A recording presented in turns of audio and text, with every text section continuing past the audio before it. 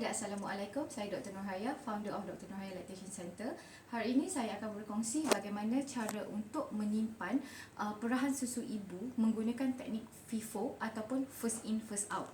Okey, seperti yang kita ketahui, seperti yang kita tahu, perahan susu ibu disimpan dengan cara menggunakan teknik FIFO ataupun first in first out, di mana susu yang diperah yang paling awal akan digunakan terlebih dahulu, manakala susu yang diperah kemudian ataupun fresh akan disimpan dan digunakan bersesuaian dengan di kemudian hari nanti. Okey, apa yang dimaksudkan dengan teknik first in first out ini adalah di mana di dalam hal ini saya menggunakan storage bottle untuk menyimpan perahan susu. Ibu-ibu juga boleh menggunakan storage bag untuk menyimpan perahan susu kerana dia lebih menjimatkan tempat, di mana dia hanya menggunakan plastik tu dan dia nipis. Jadi lebih banyak susu yang boleh disimpan.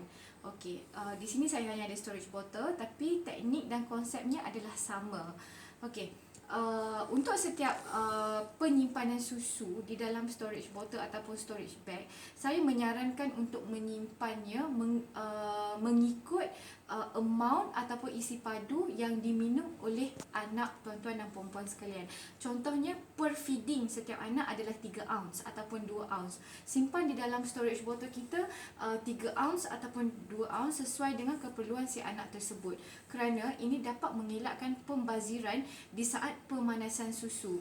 Kerana di saat kita memanaskan susu, seringkali para ibu ataupun para pengasuh sering memasukkan ke semua susu yang berada di dalam storage bag ke dalam storage bottle lalu dipanaskan. Sedangkan kalau kita hanya menyimpan di dalam storage bottle tu hanya 3 ounce, kita menuang semua 3 ounce tersebut dalam botol yang kita panaskan, anak tersebut dapat menghabiskan dengan sekali feeding, itu lebih menjimatkan.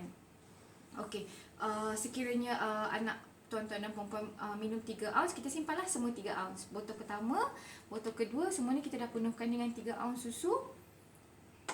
Okey, lepas tu bila kita nak mulakan penyimpanan, yang kedua adalah labeling.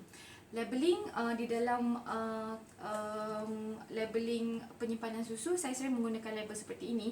Tetapi tuan-tuan dan puan-puan boleh menggunakan label yang lebih mudah, di mana ada sekeping label yang lebih besar, tetapi 3 informasi yang paling utama yang harus berada di atas labeling itu harus ada. Okey, ini adalah contoh labeling yang saya sudah buat. Jadi yang pertama adalah tarikh. Tarikh adalah 4 hari bulan 9, iaitu hari ini, di mana susu perahan yang diperah itu kita tuliskan tarikhnya. Kemudian nama anak. Jangan lupa untuk menulis nama anak anda walaupun anda merasakan susu tu hanya dipakai di rumah. Kerana satu saat nanti ataupun sekiranya anda ingin membawa perahan susu ibu tersebut di rumah pengasuh, seringkali mereka menyimpan perahan susu ibu tersebut di dalam peti sejuk dan berkemungkinan akan bercampur dengan susu perahan ibu-ibu yang lain. Jadi nama itu sangat penting. Okey. Yang ketiga adalah masa. Jadi contohnya pada saat saya mengepam, contohnya pengepaman pertama saya lakukan, sesi pertama adalah pada pukul 10.45 pagi. Yang kedua adalah pada pukul 1 tengah hari. Contohnya begitu. Jadi tuliskan tarikh pengepaman, tarikh dan masa pengepaman tersebut, kerana yang lebih awal, yang pertama yang kita buat, itulah yang akan kita gunakan dahulu. Okey? Jadi ketiga-tiga informasi ni, tak kisahlah puan nak pakai jenis stiker yang macam ni satu-satu ataupun stiker satu je, tapi semua tiga-tiga informasi ni ada di dalam labeling tersebut. Okey, ini adalah susu perahan pertama untuk hari ini. Contohnya saya akan letak yang paling depan. Yang kedua sudah dilengkapi dengan label, saya letak yang kedua.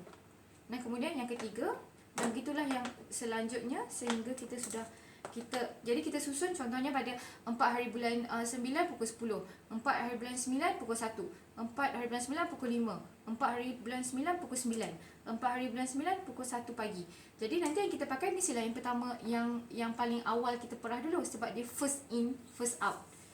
Okey, begitulah selanjutnya.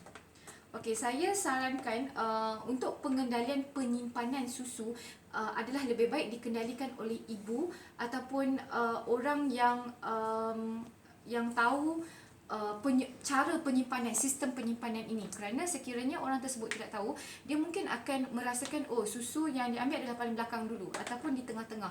Ini akan mengganggu sistem penyimpanan EBM ibu-ibu semua. Jadi saya sarankan kalau ibu sendiri yang menyimpan ni, ibu sendiri yang ambil keluar. Okey, sekarang kita nak ambil kepada untuk dihantar kepada rumah pengasuh, kita ambil lah yang 4 yang pertama ni. Kita masukkan. Jadi kat sini kan kita dah ada masa. Okey, di saat penyerahan penyimpanan penyerahan susu ni kepada pengasuh, kita terangkan. Nanti puan gunakan susu yang masanya yang paling awal. Contohnya ini adalah 10.45 AM, pakai yang ni dulu. Kemudian baru pakai pukul 1 walaupun pada tarikh yang sama. Okey? Okey, sekiranya kita perlukan 4, kita keluarkan 4, masukkan dalam cooler bag dan bagikan kepada pengasuh. Yang paling belakang kita bawakan ke depan. Yang ini kita bawakan ke belakangnya. Dan begitulah yang selanjutnya hasil daripada perahan susu ibu yang telah ibu dapat pada hari tersebut. Continue je. Kalau tak cukup satu bekas, continue lagi bekas kedua. Sekiranya daripada chiller di mana kita menyimpan lebih kurang 3 hari dan tidak dipakai, kita boleh menyimpannya di peti sejuk tingkat atas. Di mana di situ kita boleh menyimpan selama 3 bulan dan berkelanjutan selama 6 bulan sekiranya kita menggunakan deep freezer. Okey, saya harap dengan sharing cara menyimpan EBM dengan menggunakan teknik first in first out hari ini adalah cukup jelas dan sangat membantu para ibu untuk mengamalkan teknik ini. Bye.